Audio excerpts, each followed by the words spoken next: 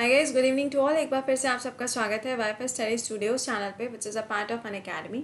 तो यहाँ पे हम लोग डिस्कस करने वाले हैं कि अभी जितने भी आपने देखा कि पूरा का पूरा जो कैबिनेट था उसमें रीशफलिंग हुई है। अब इस रीशफलिंग का मतलब क्या होता है, काउंसिल ऑफ मिनिस्टर्स क्या होते हैं, कैबिनेट मिनिस्टर्स क्या होते हैं, और इसमें जो चेंजेस हुए हैं कहाँ कहाँ पे कौन से मिनिस्टर्स को चेंज किया गया है जो हमारे लिए ज़रूरी है, उन सब को हम डिस्कस करेंगे इस पर्टिकुलर सेशन में। सेशन के लिंक को एक बार से लाइक और शेयर कर दीजिएगा एंड इसको अपने फ्रेंड्स के साथ में शेयर कर दीजिएगा। आपके अनअकैडमी के स्पेशल क्लासेस की टाइमिंग है 10:30 बजे और 2 बजे। ये दोनों क्लासेस आपके अनअकैडमी पे होते हैं।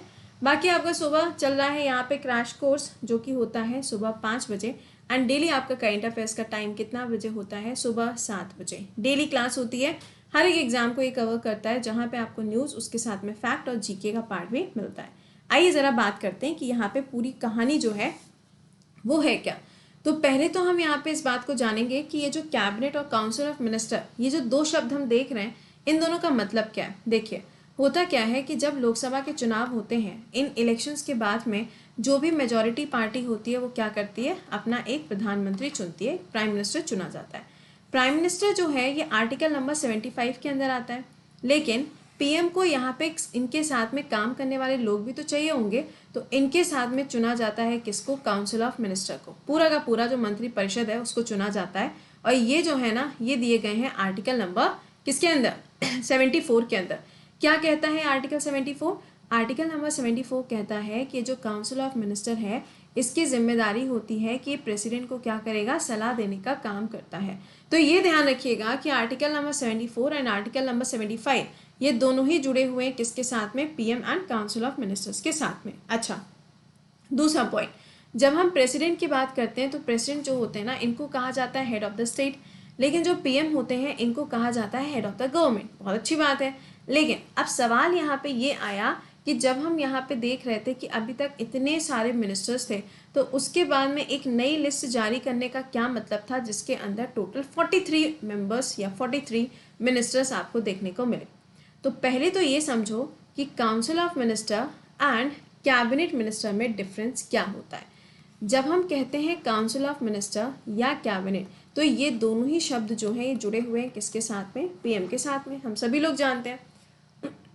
अब यहाँ पे पॉइंट ये आता है कि जब मैंने आपको बोला काउंसिल ऑफ मिनिस्टर, तो काउंसिल ऑफ मिनिस्टर जो है ये कॉन्स्टिट्यूशनल बॉडी है जिसके अंदर आपको काफ़ी सारे मेंबर्स देखने को मिलते हैं। करीबन 60 से लेकर 70 मेंबर होते हैं। इनका ये पूरा ग्रुप बनाया जाता है किसके द्वारा, इनके द्वारा। अब इसी ग्रुप में से क्या किया जाता है, करीबन 15 से लेकर 20 ऐसे मेंबर्स होते हैं जिनको कैबिनेट मिनिस्टर बनाया जाता है। तो इनडायरेक्टली हम ये कह सकते हैं कि जो कैबिनेट मिनिस्टर है that is a part of council of minister, बिल्कुल कह सकते हैं। तो ये जो 15 या 20 यहाँ पे मिनिस्टर्स बनाए गए हैं, इनके पास में बड़े बड़े मंत्रालय होते हैं, जैसे कि होम अफेयर मिनिस्ट्री हो गई, या आप देखें एजुकेशन मिनिस्ट्री हो गई, रेलवे मिनिस्ट्री हो गई। ये सारी मिनिस्ट्रीज जो हैं वो इनके पास में होती हैं। तो अभी क्या हुआ है, टोटल 43 यहाँ पे जो मेंबर्स हैं उनकी लिस्ट आई है, जिसमें से अगर आप देखेंगे तो 15 लोगों को यहाँ पे कैबिनेट मिनिस्टर बनाया गया है, और इसी के साथ में एक नया डिपार्टमेंट भी क्रिएट किया गया है जिसको मिनिस्ट्री ऑफ कॉर्पोरेशन के नाम से जाना जा रहा है। मिनिस्ट्री ऑफ कॉर्पोरेशन जो है ये दे दी गई है किसको, अमित शाह जी को सौंपी गई है। तो चलिए एक बार से देखते हैं कि किसके पास में कौन सा मंत्रालय आया है। पहला नाम नरेंद्र मोदी जी, इनको काउंट करके तो पूरा कहा जाएगा ना, क्योंकि ये क्या है, ये तो हेड है ना। और हमेशा ध्यान रखिएगा कि जो काउंसिल ऑफ मिनिस्टर होता है यही क्या होता है, कलेक्टिवली रिस्पॉन्सिबल होता है लोकसभा के लिए। ओके, चलो अच्छा देखो, हमारे देश के जो प्रधानमंत्री हैं उनके पास में सबसे इंपॉर्टेंट जो आप मंत्रालय देख रहे हो वो कौन सा है, मिनिस्ट्री ऑफ पर्सनल, जो हम कहते हैं ना कि इसके अंदर यूपीएससी आता है। तो ये वाली जो मिनिस्ट्री है वो आपको इनके पास में देखने को मिलेगी। Atomic energy, department of space, ये सब तो नॉर्मल है, ये तो पहले भी इनके पास में थी और अभी भी है, कुछ बदला नहीं है। इनकी अगर हम कॉन्स्टिट्यूएंसी की बात करें तो इनकी कॉन्स्टिट्यूएंसी आप जानते ही हैं क्या हो जाएगी, वाराणसी हो जाएगी। दूसरा नाम जो आपके लिए इम्पोर्टेंट, यहाँ जितने पॉइंट्स बता रहे हैं सिर्फ बेटा इतने ही आपको याद करने, इसके बाहर इससे एक्स्ट्रा आपको कुछ भी याद करने की जरूरत नहीं है।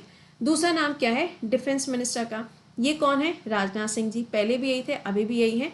इनकी कॉन्स्टिट्यूएंसी क्या हो जाएगी, इनका निर्वाचन क्षेत्र क्या हो जाएगा, लखनऊ हो जाएगा, नो चेंजेस एट ऑल। तीसरा नाम यहाँ पे चेंज हुआ है अमित शाह जी के नाम के साथ में। अमित शाह जी जो है इनकी कॉन्स्टिट्यूएंसी जो निर्वाचन क्षेत्र है वो क्या है, गांधीनगर गुजरात है, और इनके पास में पहले से होम अफेयर मिनिस्ट्री थी, लेकिन अब इनके नाम के साथ में एक और मंत्रालय जोड़ा गया है मिनिस्ट्री ऑफ कॉर्पोरेशन का। मिनिस्ट्री ऑफ कॉर्पोरेशन क्यों बनाया गया है? तो मिनिस्ट्री ऑफ कॉर्पोरेशन को बनाने का जो इन्होंने रीज़न दिया वो ये है कि हम कॉर्पोरेशन के साथ में काम करेंगे और जितने भी स्टेट हैं वो सारे के सारे क्या करेंगे, पूरी तरीके से कॉर्पोरेशन यहाँ पे फॉलो करेंगे। अगर कॉपरेटिव सोसाइटीज़ पूछा जाता है तो कॉपरेटिव सोसाइटीज़ जो है वो तो आपके पार्ट नंबर 9B में आएगा, लेकिन यहाँ पे कॉर्पोरेट मिनिस्ट्री ही क्रिएट कर दी गई है जिसका चार्ज किसको दिया गया, अमित शाह जी को अभी एडिशनल चार्ज दे दिया गया। ठीक है, अगला देखिए, सारा खेल यहाँ पे हो गया। नितिन गडकरी जी, इनके पास में अगर आप देखें तो पहले 2 मिनिस्ट्रीज हुआ करती थी, है ना। कौन कौन सी मिनिस्ट्रीज थी? देखो, ministry of road and transport and highways, दूसरी जो थी वो थी ministry of micro small and medium enterprises, जिसको हम MSME मिनिस्ट्री के नाम से जानते हैं। ठीक है, आज सुबह जब मैं आपको 7 बजे करंट अफेयर्स का क्लास पढ़ा रही थी तो मैंने आपको पढ़ाया था कि एक तरीके के नए पेंट्स बनाए गए काऊ के डंक का इस्तेमाल करते हुए, कुछ याद आया?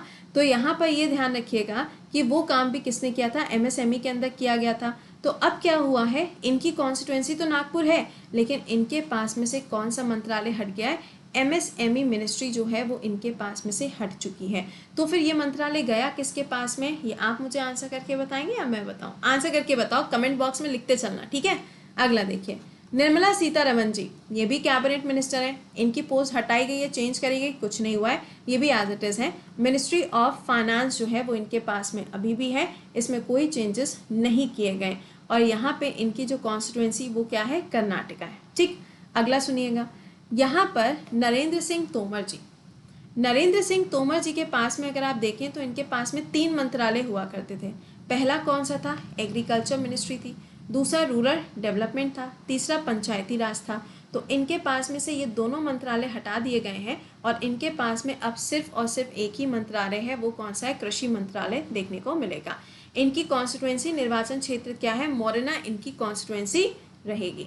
नेक्स्ट देखिए, यहाँ पे कोई चेंज नहीं हुआ है। अगर आपसे एक्सटर्नल अफेयर मिनिस्टर पूछे जाएंगे तो एस जयशंकर जी हैं, इनमें कोई चेंजेस नहीं किए गए हैं, और इनकी जो कॉन्स्टिट्यूएंसी है वो क्या है, दैट इज गुजरात। अगला नाम Arjun Munda ji, no changes at all, यहाँ पे भी कोई चेंजेस नहीं किए गए। अर्जुन मुंडा जी की बात करोगे तो ये ट्राइबल अफेयर मिनिस्टर हैं, यानी कि जनजातीय मंत्रालय इनके पास में, और इनकी पोस्ट में कोई भी चेंज नहीं किया गया। इनकी जो कॉन्स्टिट्यूएंसी है वो आपको झारखंड के अंदर देखने को मिलेगी, और झारखंड है चाहे छत्तीसगढ़ है, इन सब एरिया में काफ़ी ज़्यादा आपको ट्राइबल एरियाज भी देखने को मिलते हैं। नेक्स्ट देखिए, स्मृति ईरानी जी, बहुत ही ज़्यादा फेमस नाम है, तुलसी किसकी, आंगन के और किसकी। इनके पास में पहले जो मंत्रालय था वो था मिनिस्ट्री ऑफ टेक्सटाइल, ठीक है, और दूसरी जो मिनिस्ट्री इनके पास में थी वो थी ministry of women and child development. अब क्या हुआ है, इनके पास से ये वाला मंत्रालय हट गया है और यहाँ पे ये वाली जो मिनिस्ट्री है वो इनके पास में अभी भी है, इसमें कोई चेंजेस नहीं किए गए हैं। कॉन्स्टिट्यूएंसी इनकी क्या हो जाएगी, अमेठी, यूपी इनकी कॉन्स्टिट्यूएंसी है। आपने देखा होगा राहुल गांधी के अगेंस्ट इन्होंने इलेक्शंस लड़े थे जहाँ पे इनको जीत हासिल हुई थी।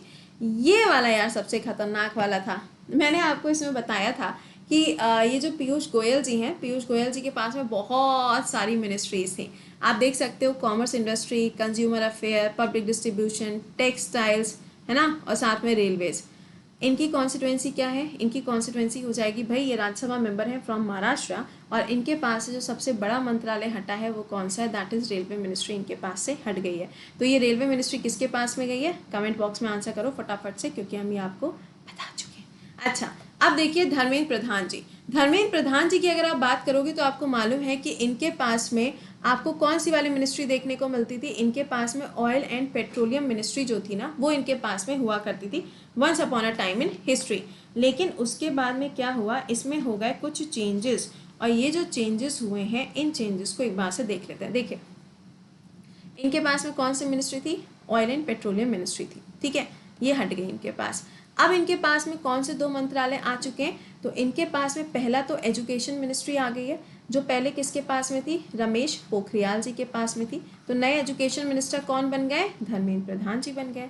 दूसरा, स्किल डेवलपमेंट, यानी कि जो हम स्किल इंडिया कहते हैं ना, स्किल इंडिया के अब मिनिस्टर कौन बन चुके हैं, तो इसका आंसर भी क्या होगा, धर्मेंद्र प्रधान जी, और ये क्या है, राज्यसभा मेंबर फ्रॉम MP।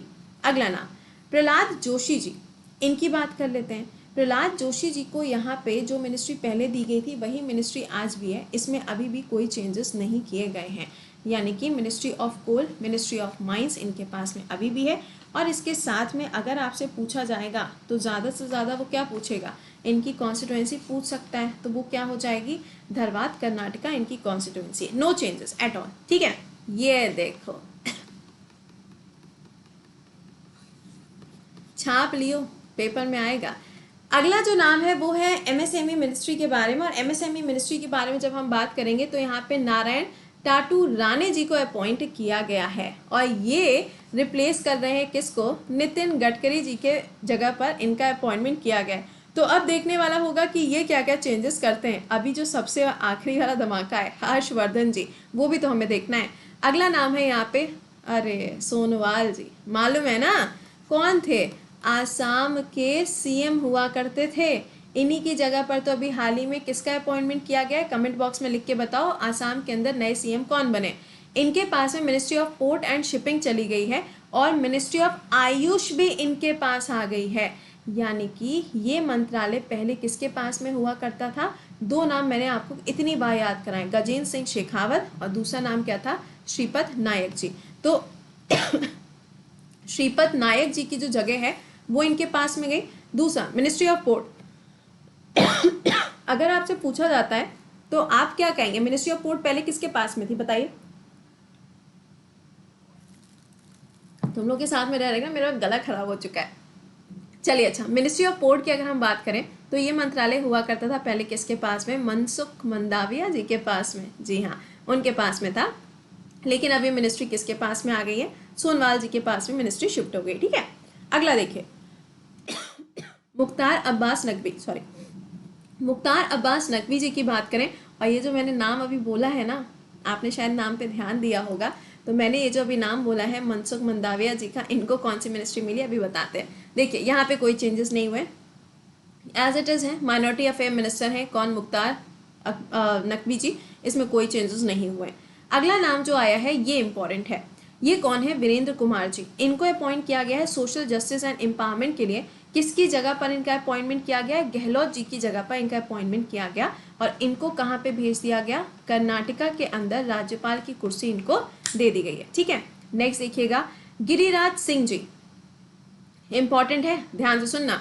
इनके पास में कौन सी मिनिस्ट्री थी, आज सुबह ही मैंने तुमको पढ़ाया था कि मत्स्य नाम का एक जो पोर्टल था वो लॉन्च किया गया है, किसके द्वारा, इनके द्वारा।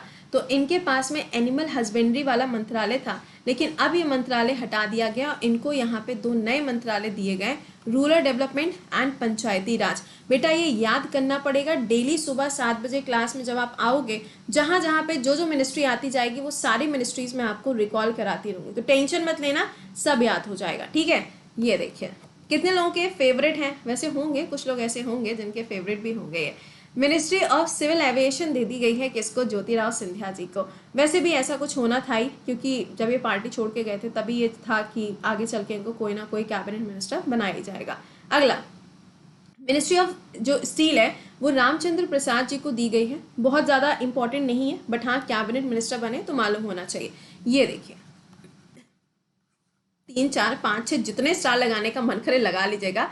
अश्विनी वैष्णव, भाई रेलवे मिनिस्ट्री आई है इनके पास में, छोटी मोटी बात नहीं है। और ministry of electronic and information technology, भाई साहब रविशंकर प्रसाद जी ने ऐसा कौन सा गुनाह कर दिया था जो इनके पास से ये मंत्रालय चला गया। इस पे तुम्हें पता है सबसे ज़्यादा खुशी किसको हो रही होगी, ट्विटर सबसे ज़्यादा खुश हो रहा होगा। क्यों, क्योंकि ट्विटर भी मनी मन सोच रहा होगा और लगाओ मेरे ऊपर बैन और लेके आओ इतने सारे सेक्शंस। तो यहाँ पे ये मिनिस्ट्री रविशंकर प्रसाद जी से ले ली गई है और किसको दे दी गई है, अश्विनी जी को दे दी गई है।